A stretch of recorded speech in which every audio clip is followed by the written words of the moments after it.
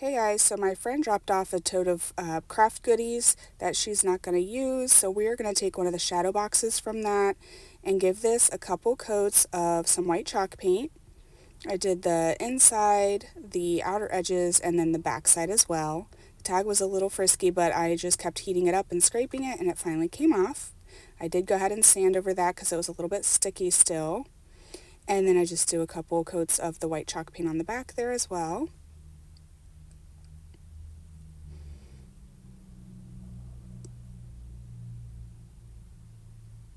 We're going to give everything a good dry.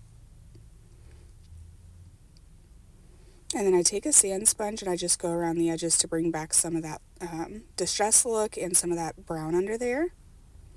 And I take a couple signs from Dollar Tree. I'm going to use one piece off of each of these signs. And I peeled what I could off the paper, but this one was a lot harder. So I end up having to kind of soak it and scrape it. It took a little bit of time, but using my fingers in the scraper, it eventually mostly all came off.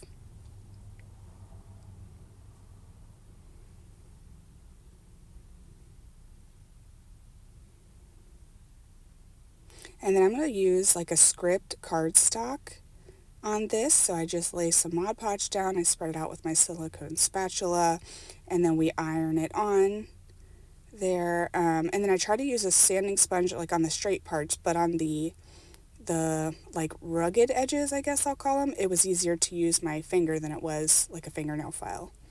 So I just ripped those off, and then I took some antique wax and I went around the edges and the sides.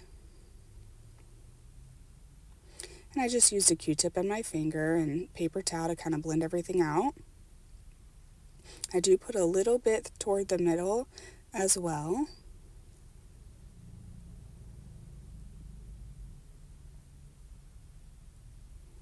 And then blended that out too. So then for this smaller piece, I'm going to do some music sheets.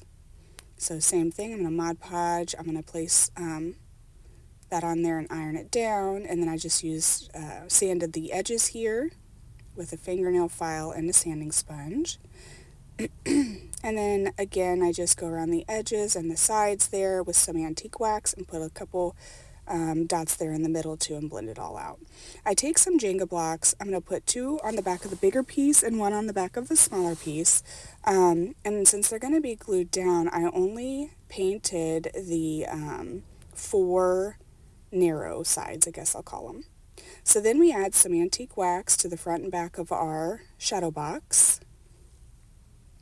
I find the center so I can glue everything down, and then I just kind of touch it up wherever I want to add some. I even put some brown paint in the corners of the shadow box just because it was so much lighter, just to kind of tie it all in.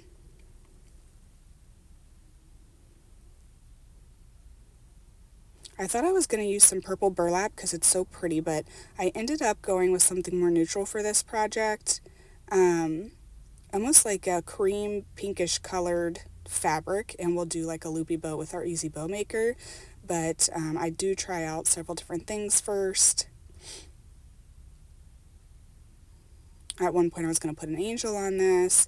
We're going to end up going with the cross and the button heart. So what I do with the cross, oh, and I do put 4 buttons there in the corners as well. I just glued those down. I thought that was pretty. With the cross, we just add some Vaseline, then add some white chalk paint, and then scrape it with our scraper tool. And it just gives it a pretty chippy look, bringing back out some of that dark cross underneath. And then I did the same thing with the button heart. And I took some distress ink along the edges there. And then I end up just taking the cross and gluing it right to the center. I was going to add some fabric there, but I thought if I'm doing a bow, I'm not. So I just did a bow and put our heart in the center of that, you guys. And look how cute this turned out. Thank you so much for watching. Have a great day. We'll see you next time.